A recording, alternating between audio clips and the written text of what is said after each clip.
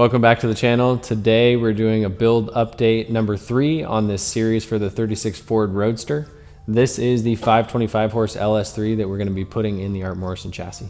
This is a Chevrolet Performance 525 horse LS3, so it's got an upgraded camshaft in it. Our friend at Delmo got us this engine there in Arizona and supplied us with these valve cover adapters that they make to put Y-block valve covers on it, so it's kind of imitating a Ford kind of look to the engine being in a Ford. He also got us this intake, the throttle valve, and I should show these really cool distributor thing that he's got.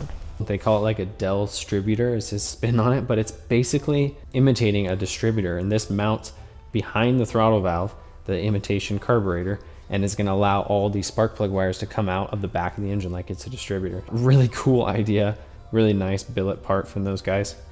And they also have these vintage looking like braided spark plug wires, but they're like a modern plug wire. They work on this engine and everything. So super trick. It's just, it fits the vision of what Mike has for this car using a lot of this original styling. So I'm really excited to get to use some of these parts and had a great experience so far. So overall, this engine is going to give off an appearance of being a vintage Ford. Obviously it won't be, and it'll be pretty easy to tell that if you know what you're looking at. It's going to have fuel rails and injectors and all this kind of stuff. But the look of this and the sound of it with the camshaft of the 525 horse is going to be a little more lumpy, a little bit more vintage engine sounding. So it's going to be great. It's going to be perfect for this car, and yeah, I'm excited. We are in a point right now of major surgery on the Roadster. If you saw in our last video, there is an unfortunate amount of rust in this car, and they hid it very well. I mean, Mike and I are pretty surprised to see how much rust. All of this stuff was either covered in lead or mud, where they had like patched things, probably on its first restoration is our idea, or our thought. Like, this car was neglected, rotted, somebody restored it once, and now we're going back through it again. A lot of the rust and everything in the floor was like on top of the frame rail, behind the running board, so like just very cleverly hidden in there. So it's a huge task to do that. A big part of what we're doing right now too is also fitting it onto the chassis. So I talked a little bit in the last video. The frame is set up in our jig table, so it's level and square and everything to the table, so it gives us a good reference point as we work through fitting this body to the frame. The frame does not have body mounts.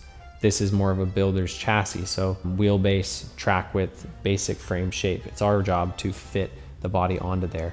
That gives us a little bit more control to set the ride height where we want it, the stance, and all those kinds of things, the position of the engine, but it's also a lot of work to figure out. What we're doing is kind of going back and forth with the forklift, setting it on there, trimming a little out of the way, making a repair, figuring a floor modification as we go. We've got just some mock-up tires on here. We're using this as a gauge to position the body front to back. So yeah, it's a big game of going off and on. A lot of the rust is very unfortunate because we have to fix it. It's all doable. Some of it is stuff that we would have had to modify anyways. So kind of looking at it optimistically, we would have had to cut out a lot of the floor to put it on this frame no matter what. So here we are, we're making the rust repairs at the same time. So it kind of is what it is. We had to brace this body in many, many ways because there was a time this week when Brian was making these repairs that these quarter panels were not connected to this cowl at all, short of the bracing. What he's been working on is getting the rocker panels replaced. So as you can see, the entire floor has been cut out of it now. These rockers were the only thing tying the front to the back. So those have been getting replaced. Kind of have to fabricate some pieces that this doesn't include. This piece was something we could purchase, but Brian had to fabricate the rest of the front and the back. One tricky thing when doing these cars is they're built in layers. They just layered. Sometimes there's 4 layers of metal in certain spots, which for the way their method of construction really worked, but it's prone to rust and it's difficult to repair. So, you know, right here, there's a layer of the floor, then there's a body brace, then there's this brace, then there's the rocker, and so on. So there, I mean, there's 4 layers right there. So Brian's been peeling all these different pieces back, getting down to the base, and what we found, unfortunately, is that the wood is also rotten, which makes perfect sense. It's also difficult to make the repair because we can't weld, you know, right next to the wood. We've just been kind of doing this dance of, we can't attach the rocker yet until the wood goes in, so we've got some replacement wood on the way. At the end of the day, all that we can really do to make sure that this is in the right spot is check the fit of the doors. Check the fit. So That's why the door is hung on here right now, just to give us a good visual. Yeah, it's a back and forth game. We'd like to upgrade the door latches. I know there's universal like bear claw stuff out there, but if you have any more information on a system that's worked well or has been modified to fit in this car or made for this car, that would be great. I would love to upgrade these to something better. It's really common with the Roadsters. Well, he's actually had these doors pop open on him before because there's such little support in the bodies. So I'd like to upgrade that if you know of anything.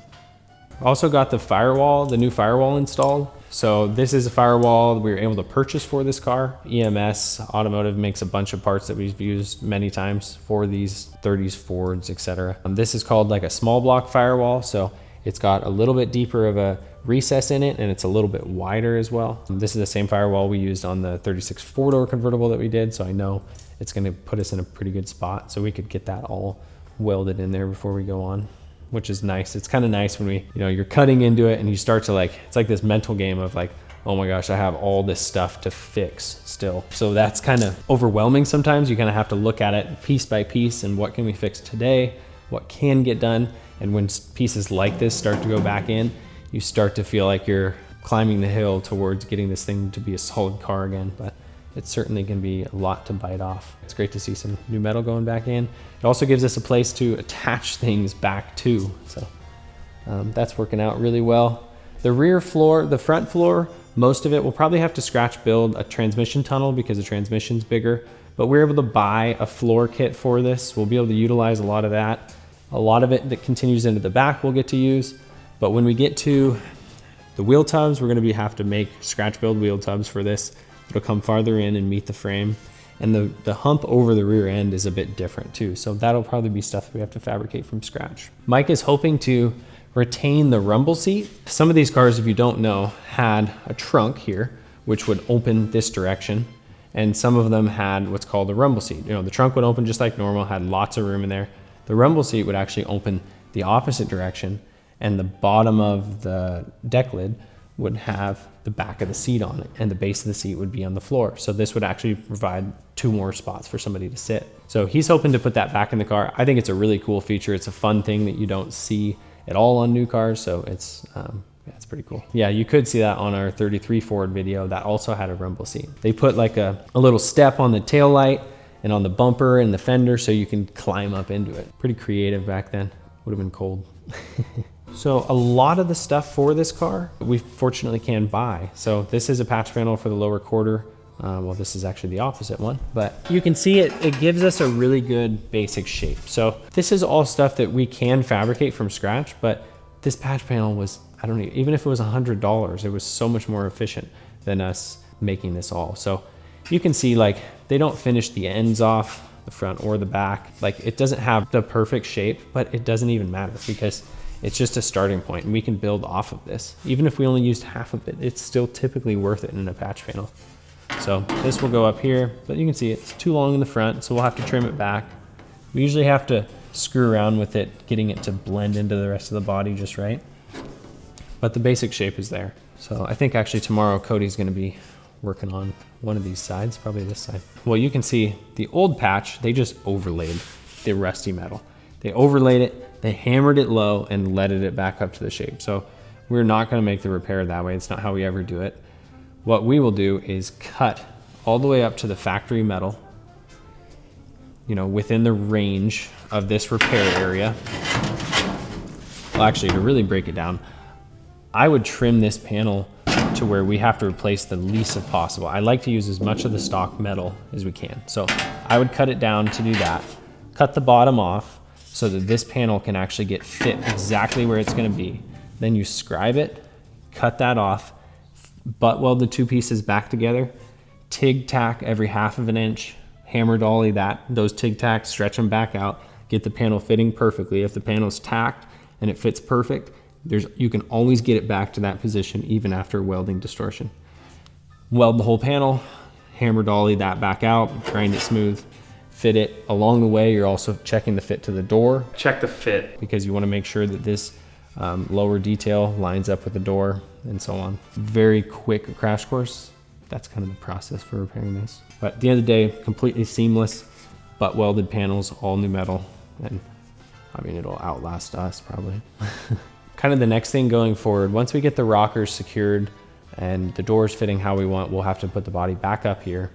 And about that time, we'll probably start to position the engine. So we'll marry the engine to the transmission, and we'll get those held up here via a cherry picker or a crane or something.